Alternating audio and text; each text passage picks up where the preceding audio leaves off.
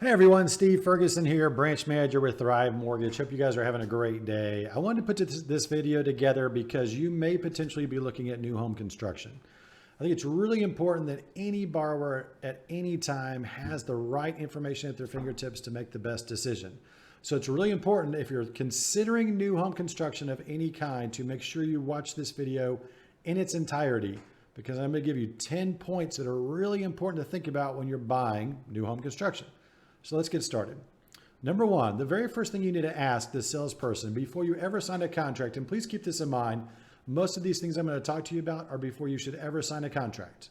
You want to make sure that you get these answers ahead of time, because once you sign on the dotted line, you lose a lot of rights and privileges. So just keep that in mind. So number one, you want to ask the sales associate, how long will it be before this subdivision is built out? This is really important. The reason this is so important is because if that builder's just started in the subdivision building new construction and there's plenty of lots to be built on, etc., a builder can be building in that subdivision for 3, 4, 5, even more years. That doesn't sound like a big deal until you go to sell your home. So I know that everybody intends to live in their home for a long time, but sometimes things happen, you have to move.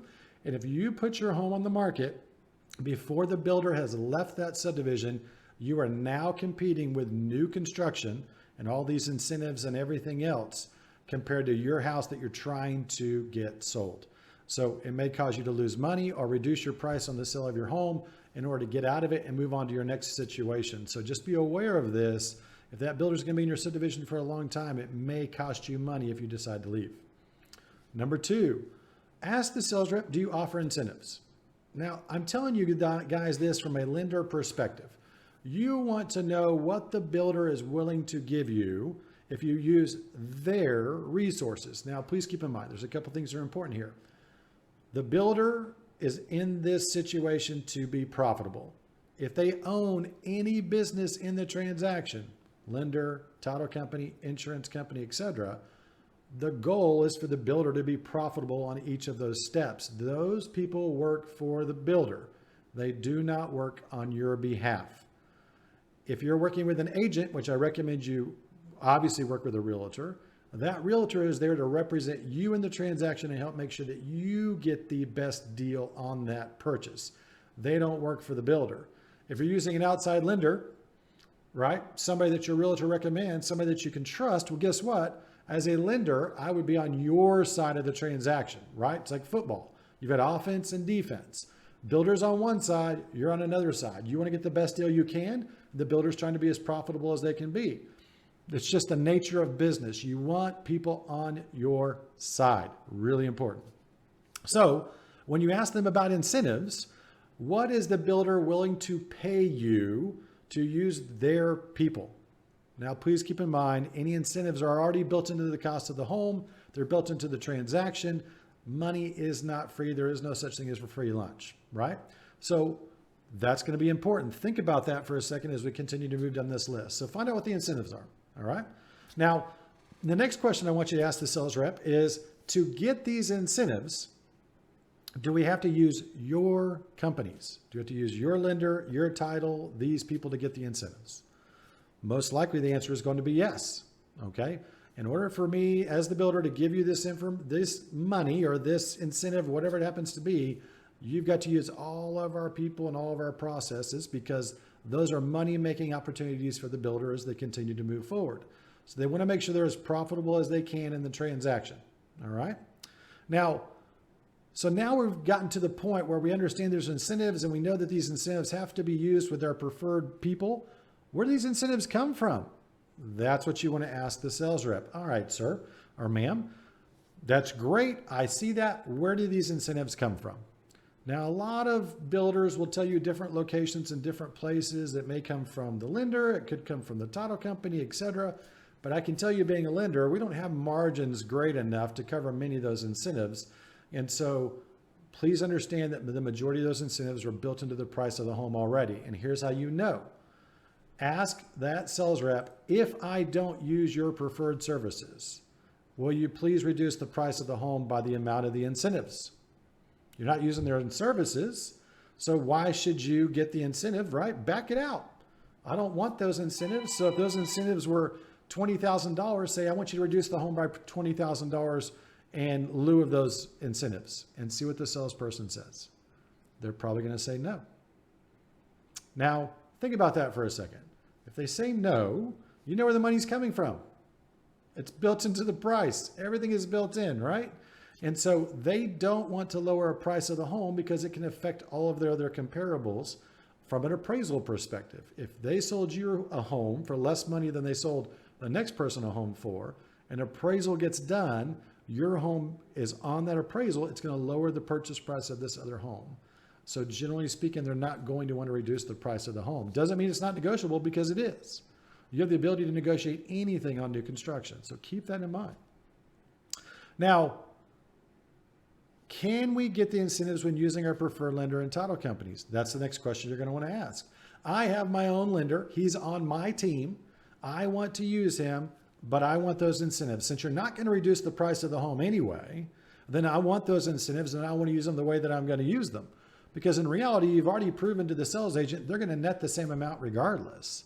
So why would it matter if you're using your person or somebody else if the incentives are already built into the deal? It shouldn't. It may be a challenge though when you're coming in to make offers for the builder.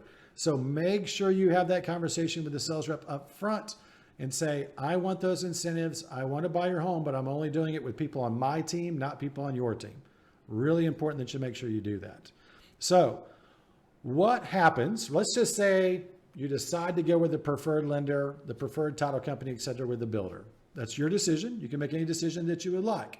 Just remember who's on your team and who's not, right? They're on the builder's team. There's a clause in most purchase contracts that states, hey, if you use an outside lender and for some reason the loan does not close on time, you have to pay X number of dollars per day that they miss the closing date. It really doesn't matter what the reason is. It could be $100 a day, $150 a day. It's a way for a builder to kind of stick it to outside guys. So if you use the in-house lender, do you get compensation if they miss the closing date? That's something I'd be asking. Mr. and Ms. Sales Rep, hey, if your guy that you're using drops the ball and doesn't close this on time, how are you guys going to refund me the money every day that they miss the closing date? Ask the question. It's important to know that information, right? So, very important things to know. Here's where it gets interesting. If you know this about buyer's agents and seller's agents and new construction, et cetera, you want to pay attention to several different things. If you go to new home construction, that salesperson is probably really going to push their in-house lender and programs. People don't normally sell things to somebody unless there's compensation attached to that item. So it's important that you ask that new home sales rep, is your pay affected if I don't use your in-house lending program, your in-house title company, etc.? If they say no, fantastic. Then they should be unbiased about whether or not you use an outside person that's on your team or somebody that's in-house that's not on your team, right? So make sure you ask that question, does your pay change based on me using your preferred team? Okay? And another question you may want to ask, when you are buying new construction, you have the ability to use an outside inspector. So ask the sales rep, if I use an outside inspector and he finds issues with the property, will you repair those issues?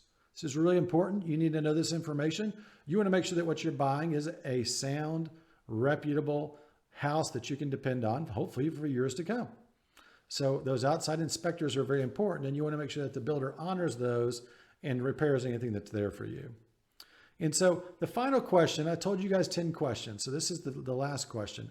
Ask the sales rep, what happens if I'm moving through the mortgage process and the appraisal comes in lower than the purchase price? Will you guys drop the price of the home to match the appraised value? It's going to be a really important question. You need to know this information, because what happens if they say no? We're not going to drop the price. It's important for you guys to understand then that you are now paying, if you decide to, more for a home than the value of the property. You're writing a personal check for that difference, because the lender is not going to lend more than the appraised value or the purchase price, whichever is lower. So it's important to know these things up front before you sign the purchase contract. These 10 items can make or break a deal. I want to make sure you guys are set up for success. There's a lot of great builders out there. So don't be discouraged with this video. I just want you guys to be educated on what can or cannot happen in the process, and always make sure you have somebody in your corner representing you when you're making these purchases. All right. Well, I hope this was informative. Any questions, reach out anytime, and I hope you guys have a great day. Talk to you later. Bye-bye.